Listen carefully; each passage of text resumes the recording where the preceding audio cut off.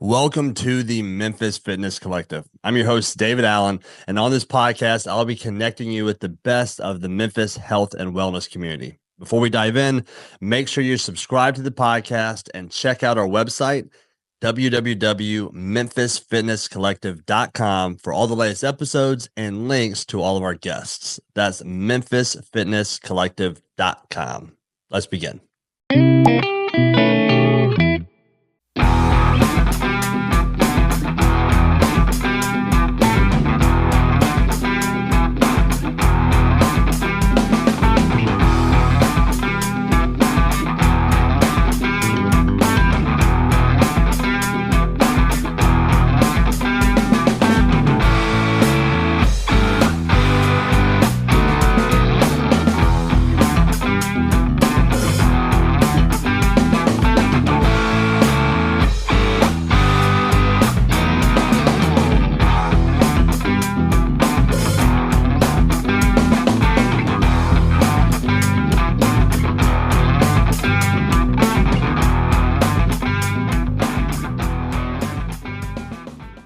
All right, welcome to the Memphis Fitness Collective podcast. I'm here with Maria Girvasse of Southern Flourery No. 6.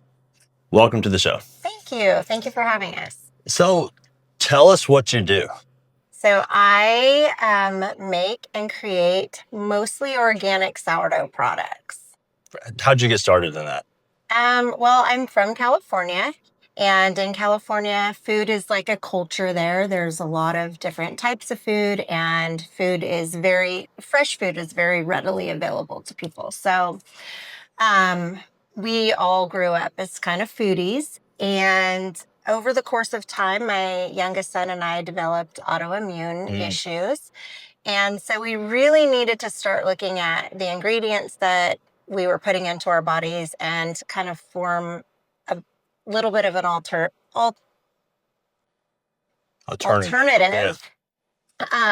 food lifestyle. So I started looking into more natural ways of eating, realizing that processed foods were a large culprit of today's, society's problems with their health. And so I just started looking into grains and how to make our own food instead of buying the processed food. Okay, so had you baked before that? Yes. Okay. So I'm Italian. My husband's Italian. We come from big Italian families where food is all of our love language. So if we like you, we're going to feed you.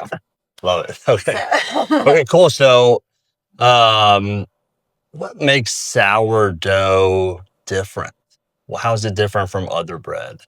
So with sourdough, it goes through a long fermentation process, and that further breaks down like the gluten in the bread. And most people have an adversity to the glyphosate that is sprayed on the wheat kernels to get it to dry out. And that's why we use organic wheat and organic heritage grains, because it's not sprayed. So it's a lot gentler on your stomach. So using organic grains coupled with the long fermentation process is much healthier on your gut and your system in general. Gotcha. So essentially, you're not exposing yourself to the chemicals that occur in, typical grains. Correct.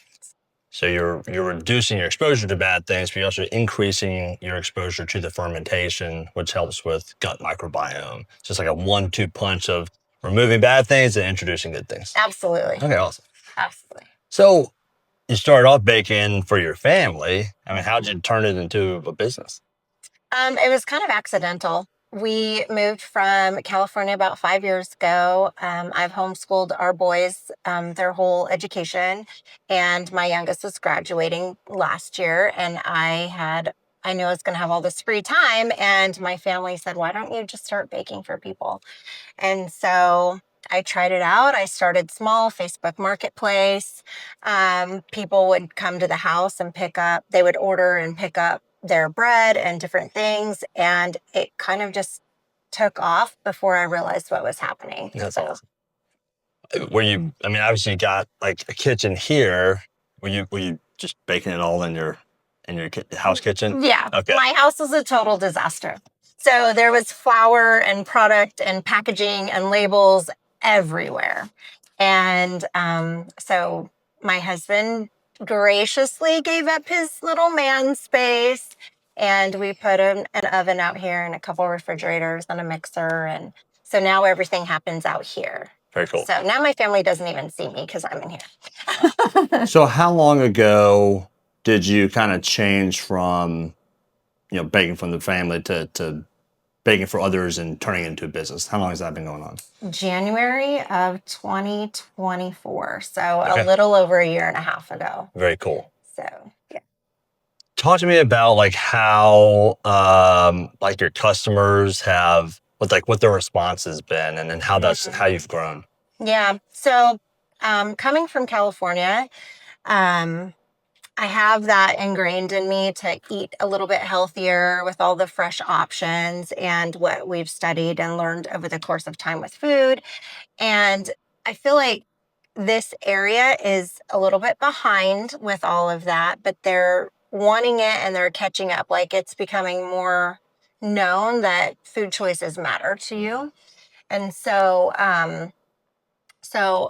our customers, especially in the beginning, they were already seeking that kind of thing. And there isn't a whole lot available at this time here. So they really latched on to us. And I think that's why we've done so well, is because our customers are realizing like the quality of food that's coming out of the kitchen.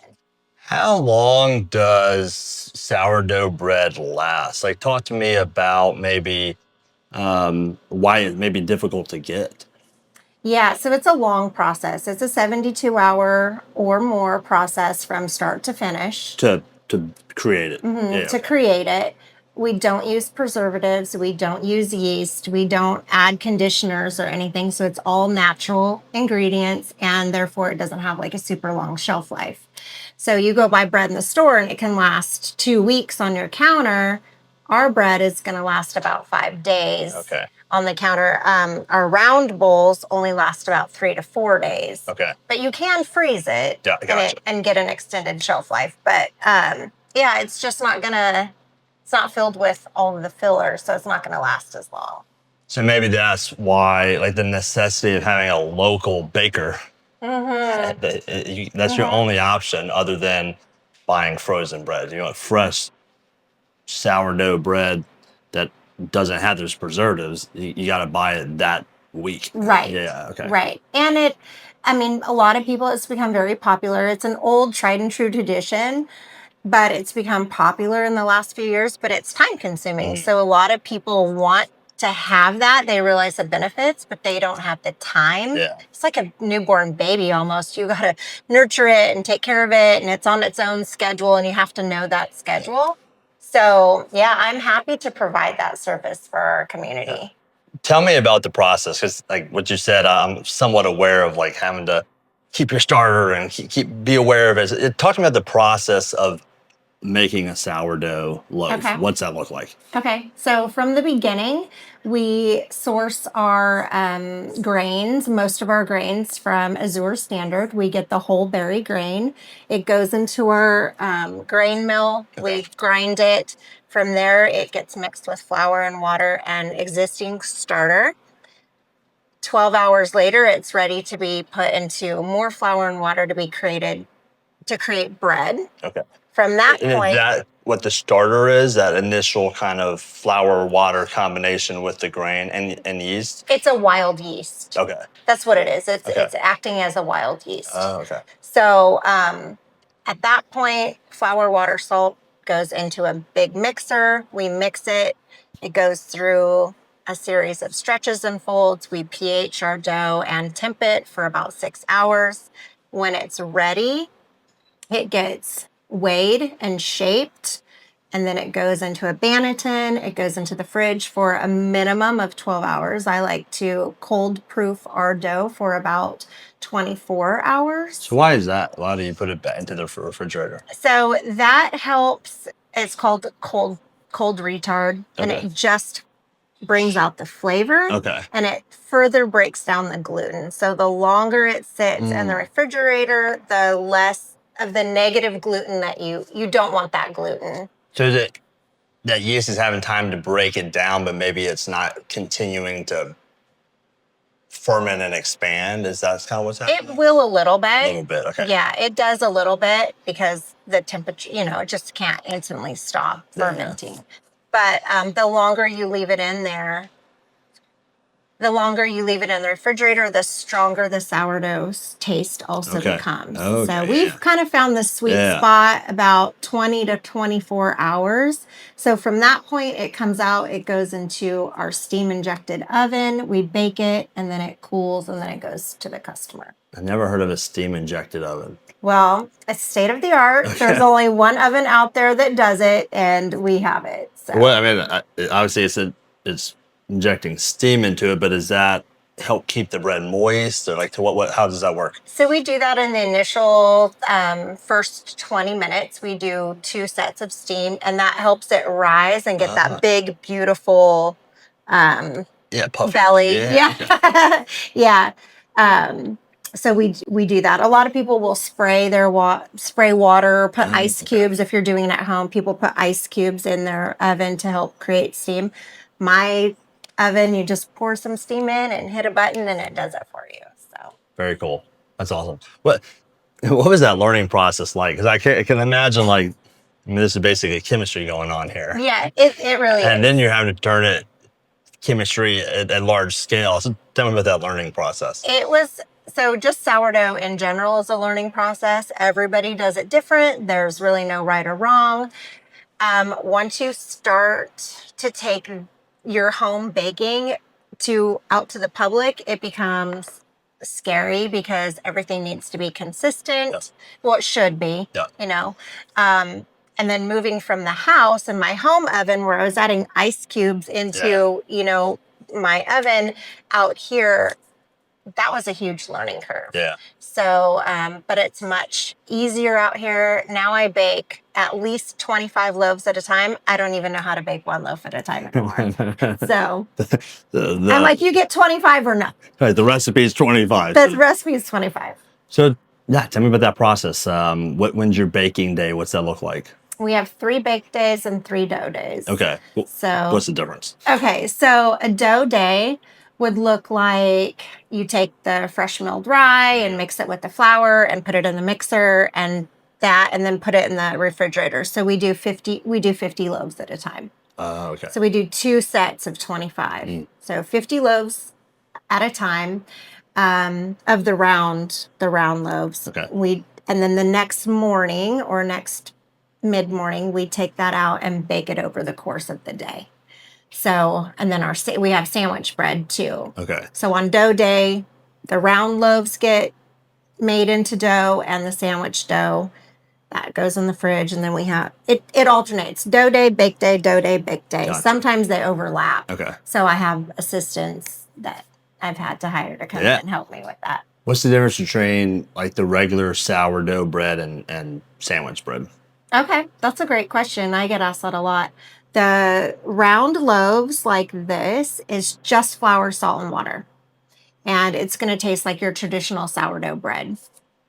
Our sandwich bread is all of that plus olive oil, milk, and local honey that we get from the bearded beekeeper. So that makes a really nice sandwich bread that's softer. And we also use a tangzong method where we cook some of the milk and the flour together to make like a roux or a thick paste that goes into the sandwich bread. It helps it last longer and stay more moist, if you will. Okay, very cool. Yeah, so you were talking about like grinding the rye and then mixing it with flour. So I'm unfamiliar. Isn't that grinding of the grain? Aren't you creating flour? We with are. That? Okay. We use heritage grains mixed with organic hard red that I purchased already. And that's the flour. Yes. Okay, the help maker. Yes. Very cool. So we do a flour blend. We do our own flour blend. Very cool. Taking both. All right, and then how are you distributing it to customers? Yeah, so our customers can go on our website. They can place an order. On Thursdays is pickup day. So all week we're preparing for Thursday. They can pick up a pickup location. Right now it's at Oh Great in Memphis, or Collierville. I think you're familiar. So that is a pickup location, and we are currently at the Collierville Farmers Market, where we also provide customer pickup, and customers can just come freely to the market and buy our So you're basically produce. ordering it online. You can go pick up at Eau Grade or the farmer's market, and then if you're like, oh, I forgot, got to be at the farmer's market earlier, because I remember that was when we first hooked up for the podcast, and you guys were sold out of pretty much every product very quickly. Yeah, we sell out really quickly at the farmer's market. This is our second year there, and like I said, people are becoming more food aware, and they are realizing that we have, good, healthy options at the farmer's market. So they like to visit us there. That's awesome. And what's kind of like future plans? Like, it sounds like, you're cooking it and you're selling it out every single week. Is there a demand to increase? You have that capacity? Yeah. Trying to figure that out. So we're wholesaling. We also wholesale. We wholesale to Oh Great. They carry our product in their freezer section. So I don't sell frozen bread to our customers, but I will wholesale it. They freeze it. Customers can go there and pick it up and either defrost it or keep it frozen, whatever. So that's a great option. We've wholesaled with other local businesses. That is something we are continuing to do and look forward to doing, to get our product in more places around town where it's more accessible to our customers. And we're also going to be teaching some classes, some sourdough classes. And we potentially have plans to expand if the right thing falls in our lap. So we're kind of at that point. We're at this breaking point. We've outgrown this space. So we're making it work right now, but we'll see what happens there. Very cool. So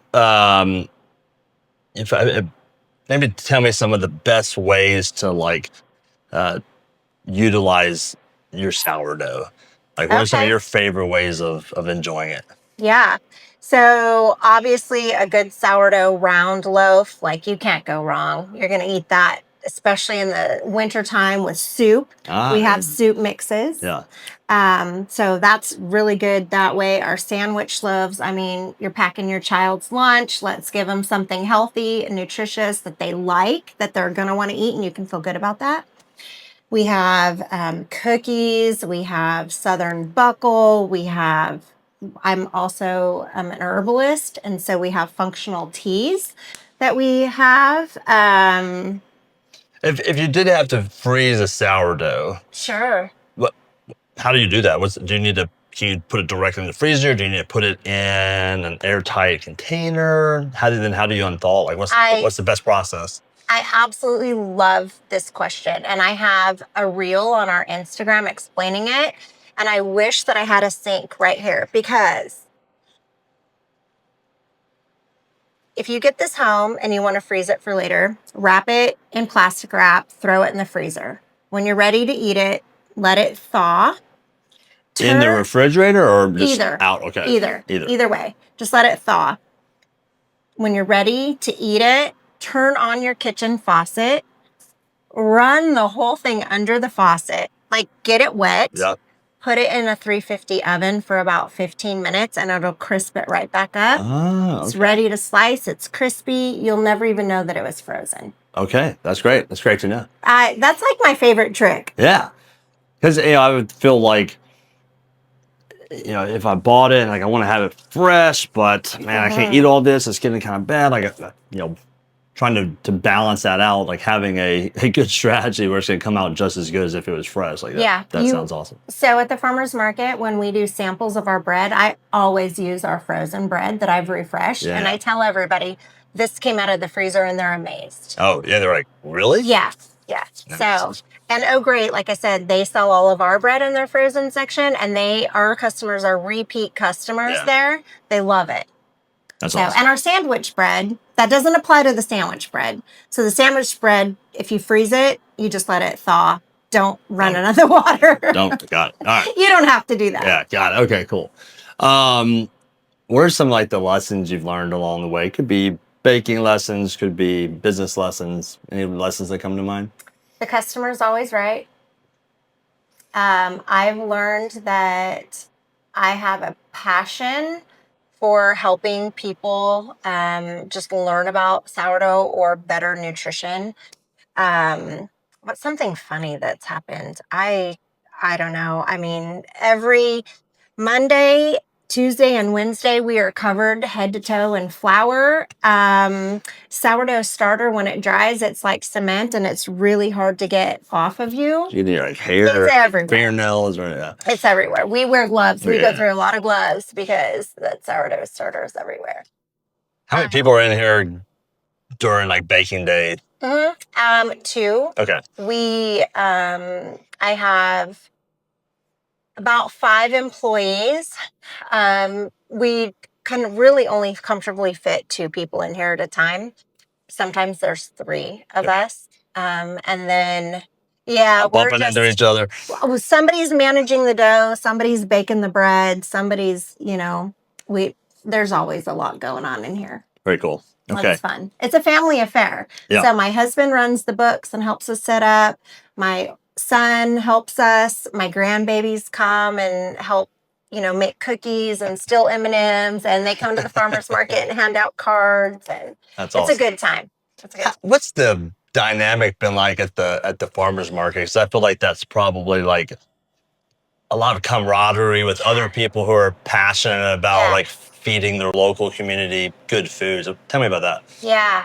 I've met some great vendors at the farmer's market. As a matter of fact, one of the vendors' employees is now one of my employees. I met her. She's a worker and a hustler. And we use local products.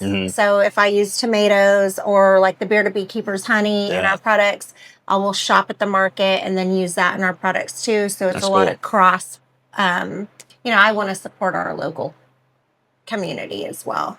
And I love meeting with people. The hard thing about being in here and not having a storefront is I love being forward facing. Yeah. And I don't get to do that anymore. We used to do porch pickup, and that just got to be a lot. It was really crazy. And so I can imagine the logistics of delivering or even porch pickup is. It was tough. It was tough. I mean, you came down that long, skinny driveway trying to get people in and out of there was a little difficult. Yeah. So we do pop-ups. We'll do it at O'Grady, Square Beans, different places. I love it because we get to be with our customers, and they love it because they always want to face behind the product. So whether it's myself or one of the girls that works for us, very cool. That's like my favorite part. That's what I live for. I live for farmers market when I can see everybody. Yeah.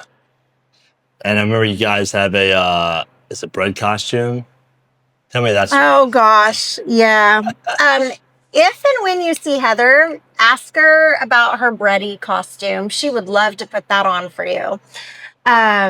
She's got this bread costume, and I have a shirt that says I'm with bread and an arrow, and we walk around the farmer's market passing out bread samples.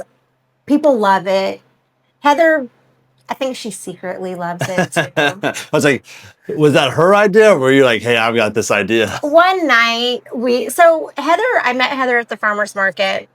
She was a customer. I was telling my son at the time, hey, we need to hire somebody. She came up behind the market stall and said, hey, I heard you say you needed somebody. And I was like, yes, come on. So she's been with me almost a year now. Very cool.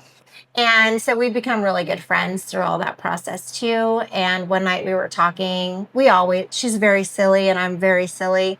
So we were talking and I decided we were going to get a bread costume for her. And she's like, yeah. And then I showed up with it and she was like, okay, guess we're doing this. I love it. She's a good sport. I love it. Hey, it's a good way to help people remember you. Yeah, and it's fun. We dance in here, we cook in here, we laugh in here.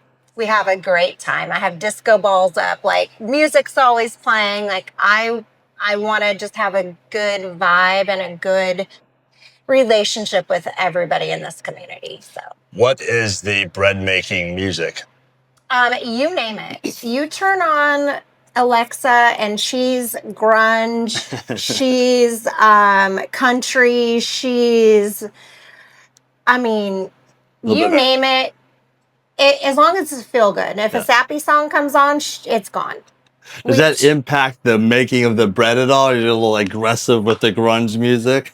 Yeah, we like when we're shaping the dough, it's got to be upbeat and, you know, Creed or whatever. And then we go to Fleetwood Mac, and my youngest employee, she's been turning me on to some of the newer, more, what do you call that? Like indie music that I'm not real familiar with, but it's super popular. Yeah. So we've got 50-year-old moms, grandmas like me, all the way down to 17-year-olds who work in here, and it is a blast. One of my favorite music stories, so I own it, the Ninja Gym, and was talking to one of my employees, female. I said, teenager, what kind of music do you like? She said, I like Taylor Swift. I was like, oh, she like kind of like that country pop? She was like, no, I like Taylor Swift. It's like, okay, just Taylor Swift, got it. Whatever that encompasses. Just like, I only like Taylor Swift. Like, okay, cool, got it. Yeah, she knew what she liked. Well, we don't have a cap on the music. It is whatever strikes us, whatever feels good. Let's go. Love it. Very cool. All right, so we got some products laid out here. Kind of talk me through them, and can we taste them? Absolutely. Okay, perfect. If you didn't taste it, I would be offended. So we have M&M cookies up here. So tell me about these. Might be a little cold, so apologize about that. Still look pretty good. We sell 2 types of cookies, and it's all organic sourdough. We sell the M&M and chocolate chip. Chocolate chip, we cannot even keep that in stock. Edible Memphis came and did like a chocolate chip cookie tasting out here, and ever since that, like people are just dying over our chocolate chip cookies. So, but this is a little lesser cousin, the M&M. I would put chocolate chip out there, but I don't have any. I'm gonna try.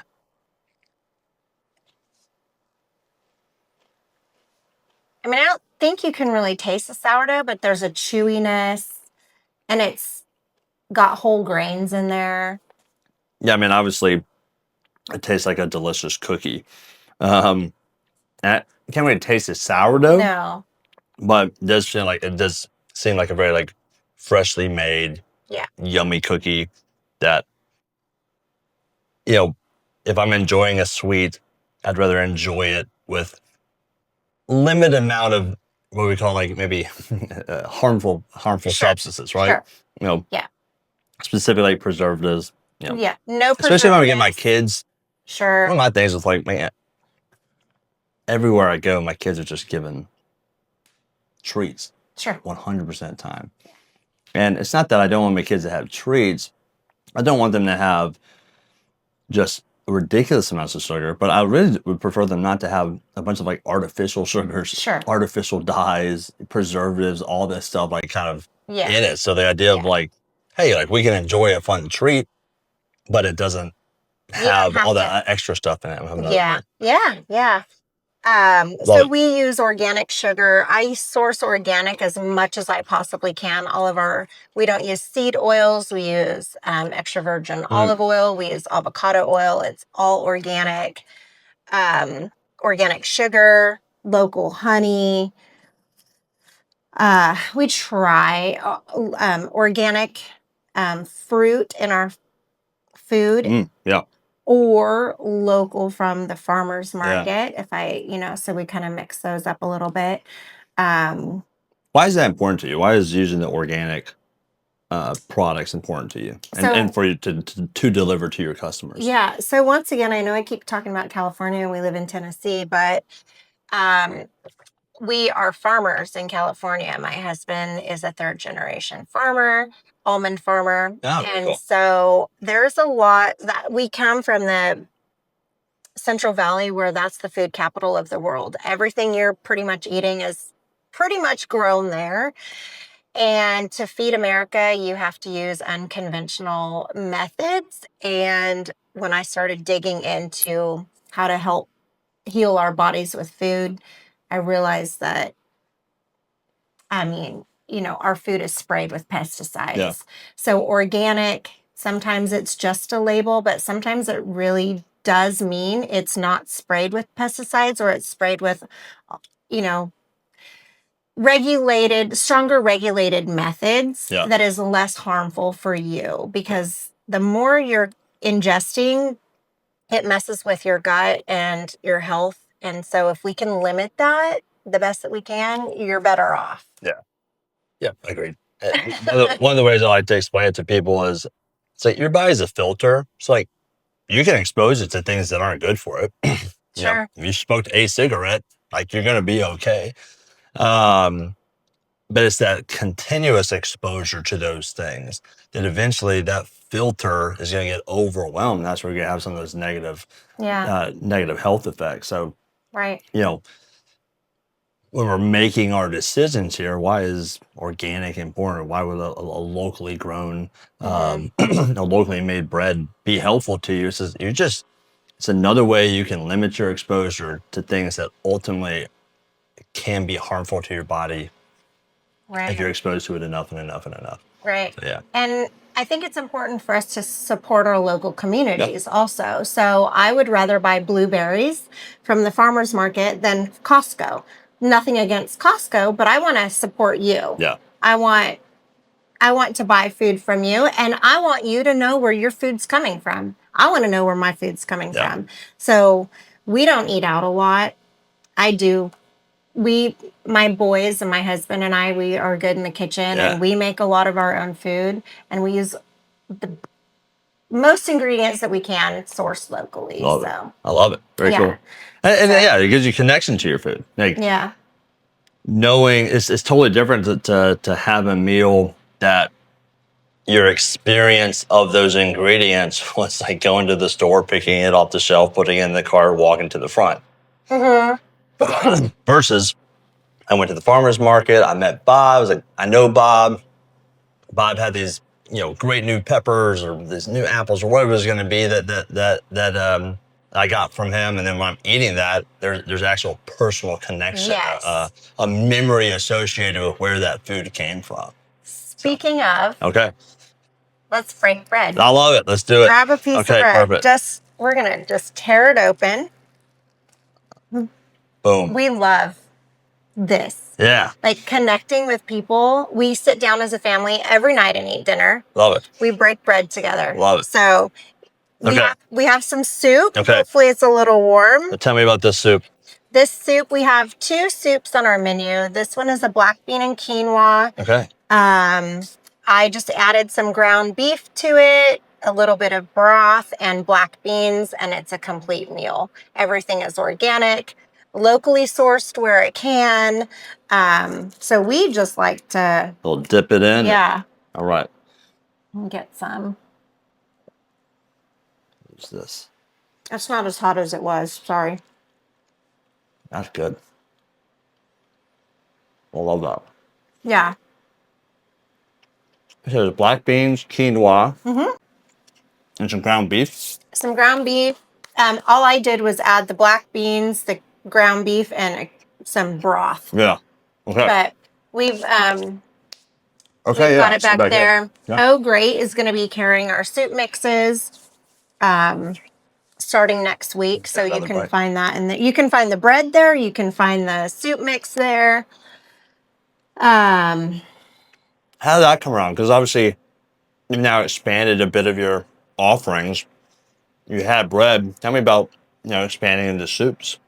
Yeah. I don't really know how that happened. I think I was probably putting some food together and I thought, why can't we just make some soup? Our customers, they want to eat healthy, but who really has the time to sit in the kitchen for hours and hours and do this anymore, right? We just don't have the time. Kids have sports, grandkids, you're busy, you're working. Yeah. So if we can help out with that just a little bit, I think that's where that was born from.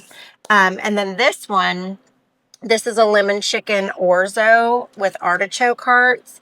All you have to do is add the chicken, some spinach, and a can of artichoke, and some broth, and that's like a complete meal too. Yeah, for people listening who can't see it, it's a soup mix in a little container. It's got everything you need right here. Like you said, just grab some grab some Proteins or chicken, throw some broth in there. If you don't have broth, it says here you can just kind of cook some water and still kind of heat it up, and it's got everything you need right here. Just kind of throw it in. That's right. So you could say, hey, I want to have a meal with my family, do something fun. We're like, my kids, we can break bread, we can eat with our hands, we can dip it in the soup. Yeah. And you could just go pick this up. Either you could order it online and come pick it up, or even go get it at Great. Correct. I love that. That's awesome. We also sell pizza dough. Oh, okay. In the freezer section. Yeah. So we've got organic sourdough pizza dough, which is becoming widely popular right now. So, yeah. So you can do that with your kids at home too. You can get the pizza dough, let it thaw out, roll your pizza, have pizza night, and feel good about it. Yeah, I love it. So I know it tastes like the sourdough taste in there. This is very, very delicious. Thank you. Cool. Thank you. Tell me about our other dessert here. So this is a Southern buckle. This is not sourdough. So not everything that we have is sourdough. Most things are, but it is organic. The fruit in there is sourced from the farmers market. The almonds that we use are from our orchards in California. Oh, very cool. That's awesome. Yeah, so that's kind of all right, so it's kind of like a coffee cake. Okay, yeah. But it's bigger, thicker, better. And is this blueberries or blackberries? That is blackberry. Blackberries, okay. Yeah, we got those from Cherry Creek Orchard. A little lemon too? It is a little bit of lemon. Always with the lemon. Man, that is delicious. Thank you.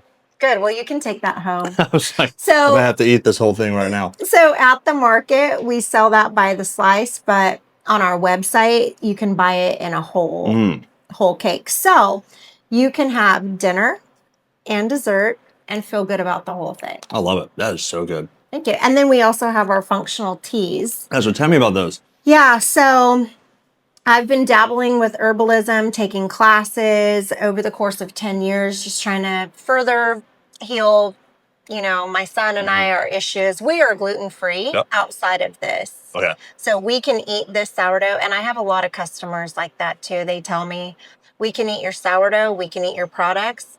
Some of them are right there on the celiac mark too, and they can handle it.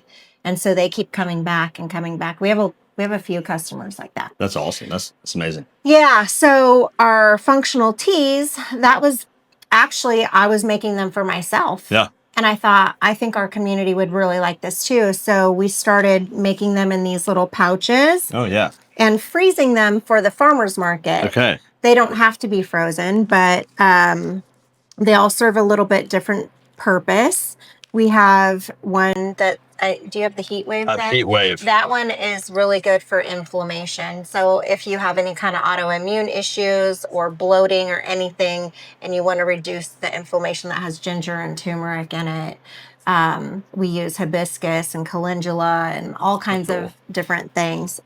This one is really fun. Can I talk about this one? Absolutely. Moonbeam Dreams. Moonbeam Dreams. So this one almost has to be purchased frozen because so this is red down here and then this is blue. Yep. And as it melts, it turns purple.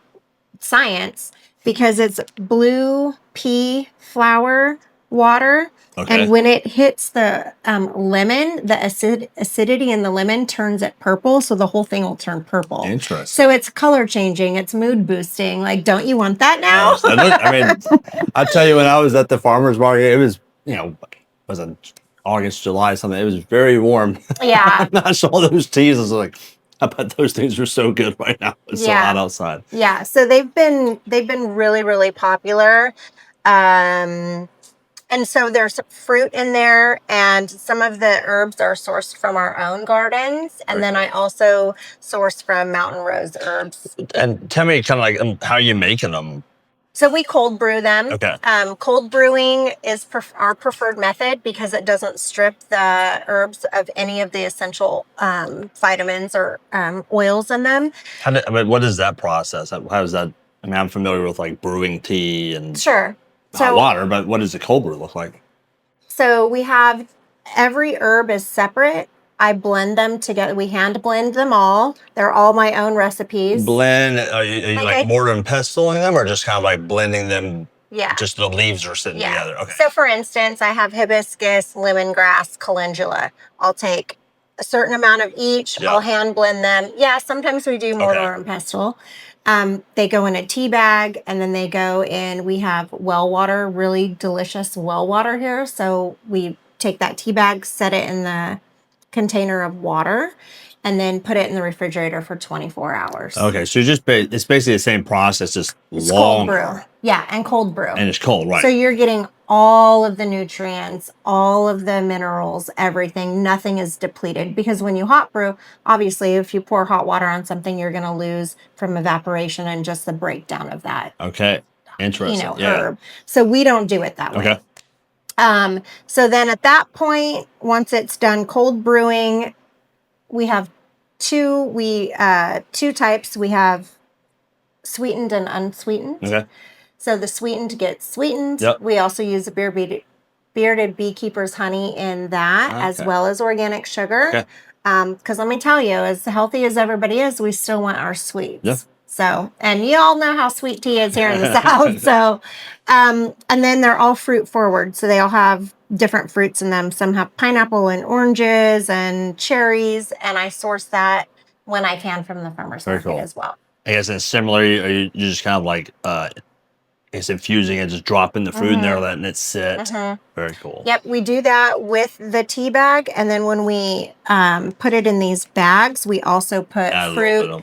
And most of the herbs that you see floating around in there are from our own gardens. So these are fun because they're like adult Capri Suns. You just, I don't have any straws with me, but you pop a straw right there in the hole, and then you can walk around and drink it. That's awesome. Very cool. Yeah. How have, what's been like the response to these? People have loved them. Yeah. People have absolutely loved them. We have one customer at the market. She'll come and buy like 8 of them at a time. And then her son will come about an hour later and buy about 4 or 5 more. So just her alone, she's like supporting this right here. So that's awesome. Yeah. And then we also sell them in a dry pouch. So we have them like this with no water in them, but we put the tea blend in a tea pouch. Oh, okay. And it sits in there with a honey stick and instructions. So you can take this home and do it at your convenience. And if you want sugar, you can add it. If you want alternative sugar, you can add it or not. Yeah. And those have been really popular as well. Very cool. That's awesome. Yeah. Tell me how you got your name and where that came about. That's a great question too. Thank you for asking. My son and I, my youngest son and I, sat down one night and we were just hashing out names. And Southern, we chose Southern because even though we are from California, like we are old souls, and the South just seems to fit our vibe as well. So I'm kind of like a mix of like California country girl. Yeah. I don't know. And then Flourery is a play on words, because it's Flourery. So that's a play on words. And number 6, we have 6 boys, and at the time we had 6 grandchildren. We've since added to that. So now I'm gonna have to go with the number 7 and the number 8. So love it. That's very cool. Family first always. So that's a node to our boys. I love it. Very cool. Very cool. Maria, anything else you'd like to share about your business with our listeners? Gosh, I don't know. We're so grateful for this community. Being new to Collierville, a little bit less than 5 years we've lived here. Collierville has embraced us and embraced this business, and we're so grateful. We're so grateful to Memphis area, and we're enjoying it. We're thrilled that everybody seems to be enjoying the product, and we can't wait to be gracing everybody's table at the end of this. I love that. Remind people how they can get in touch with you, get your products, and then maybe where they can, like, if you have any social media handles as well. Yeah, social media. Thank goodness for that, right? They can go to our website, which is www.southernflourery6.com. can place an order. They can sift through. We have a lot of different like nooks and crannies of our website, so they'll have to play around in that. There's our story is there. If they want to learn anything or find out about classes, you can always check our website. We are on Facebook and Instagram. We highly encourage everybody to watch our stories because we do random, hey, we're running a special for our Instagram followers only, or hey, $5 off today if you sign up for our text messages, just for those subscribers. So we do a lot of different things. We love to give back to the community. So love it. Awesome. yeah. Well, Maria, thanks for coming on the Memphis Fitness Collective podcast. Thank you so much for having us. It's been fun.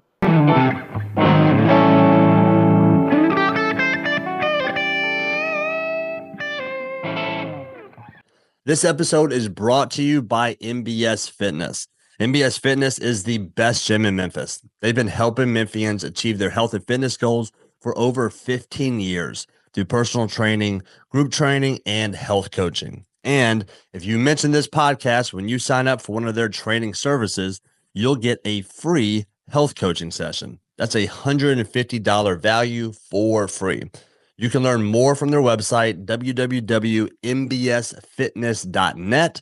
Check out their locations, services, and testimonials. And don't forget to mention the Memphis Fitness Collective when you sign up. mbsfitness.net, Memphis's best gym.